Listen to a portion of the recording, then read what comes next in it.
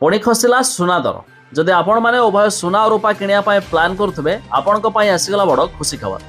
तेबे केते टंका ह्रास होला नुआ दर केते रही जदि आपण मैंने किणवे सेतिकी टंका देई किनि पारिबे। जामे भिडियो जानिबा शेष पर्यंत देखंतु। ता पूर्व भिडियो को लाइक करंतु, सब्सक्राइब करनथिले एबे सब्सक्राइब करी पाखर थिबा घंटी चिन्ह को दबाई दियंतु। प्रथम तो जानि रखंतु आम ओडिशा दर अर्थात राजधानी भुवनेश्वर में 1200 टंका ह्रास घटी सुना दाम 10 ग्राम प्रति। तेबे शुद्ध सुना 24 कैरेट दाम रे 10 ग्राम प्रति जहाँकि आज दर 73,200 टंका रही बेले 22 कैरेट दाम रे 10 ग्राम प्रति 71,400 टंका देखा मिली। सेहीपरि MCX अर्थात मुंबईर मल्टी कमोडिटी एक्सचेंज रे आज भी सुना 1800 टंका ह्रास घटी।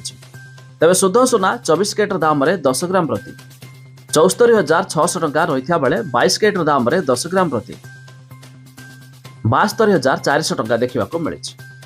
एछड़ा दिल्ली सरफा बजार में आज भी सुना दाम रे आंशिक मात्रा किसी ह्रास घटी। तेबे जहाँकि शुद्ध सुना 24 कैरेट दाम रे 10 ग्राम प्रति 74,200 टंका रही बेले 22 कैरेट दाम रे 10 ग्राम प्रति 71,700 टंका देखा मिली। एछड़ा रूपा 1 किलोग्राम पिछा आज 96,000 टंकार पहुंची जाइए।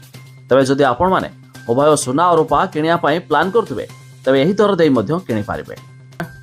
तबे आपण मानक मतामत कमेंट करी जणातु। सर्वनिम्न सुना केते टंका रहिले आपण मानकु हेल्पफुल हेबो। ता छडा आपण माने केउ जिल्लारू वीडियो देखुछंती।